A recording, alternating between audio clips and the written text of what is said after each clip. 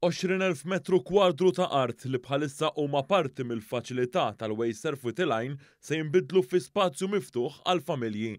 Dan se jkun possibbli hekk kif wasal fl-aħħar stadju tiegħu ix-xogħol fuq il-faċilità tal-immaniġġjar tal-iskart imsejħa il-Malti Recovery Facility fil-kumpless tal-Eco Hive fil-Matab.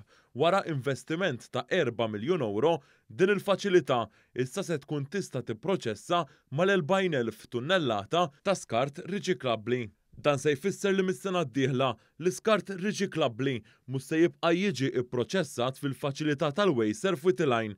Dan tħabbar waqt żjara mill-Ministru responsabbli mill-Ambjent Mirjam Dalli u mis-Segretarju Parlamentari responsabbli mill-Fondi Ewropej Chris Bonnet fil-faċilità fil-Matab. Huma fakru li din il-miżura hija parti mill-budget għas-sena d-dieħla bit-tema Malta ċertezza u stabilta.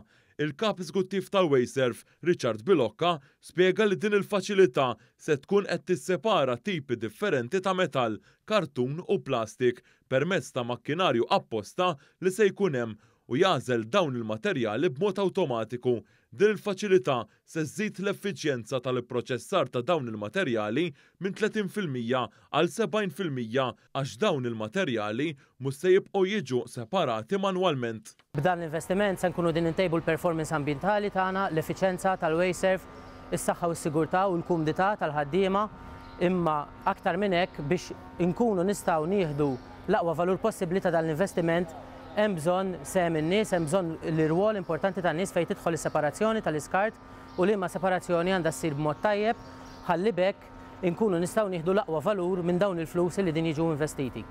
Il-Ministru Mirjam Dalli tkellmet dwar kif dan l-investiment juri l-impenn tal-Gvern fis-settur tal-immaniġġjar tal-iskart. Dan l-investiment li qegħdin naraw hawnhekk li huwa investiment ta' 4 miljun euro.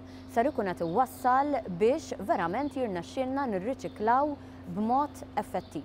Ser iwassal ukoll biex sal-aħħar ta' din is-sena lanqas il-Borża l-Griża ma tibqa' tmur fl-impjant ta' Sant'Antnin Fertilizer. Is-Segretarju Parlamentari Chris Bonnet qal li dan il-proġett qed isir b'fondi Ewropej li permezz tagħhom se tissaħħaħ l-ekonomija ċirkulari. Dan il-proġett huwa proprju simbolu ta' dak il-mira, dawk il-miri li għandu l-Gvern biex aħna nilħu t-targets tagħna għal dak l-ambjent u l-programm il-ġodda tal-Unjoni Ewropea u mbagħad se nkunu qegħdin inkomplu ninvestu aktar flus biex inkomplu nilħu dan il-mira għalfejn għax dan il-Gvern irid illi kollha kemm aħna ngħixu f'pajjiż aħjar. Dan il-proġett li qed jiġi parzjalment iffinanzjat minn Fond ta' Koeżjoni tal-Unjoni Ewropea se jibni fuq l-investiment ta' 9 biljun euro għal proġett Eco Hive li se jgħin lil pajjiż ikompli jimxi lejn ekonomija ċirkolari fejn l-iskart kollu jinbidel f'riżorsa.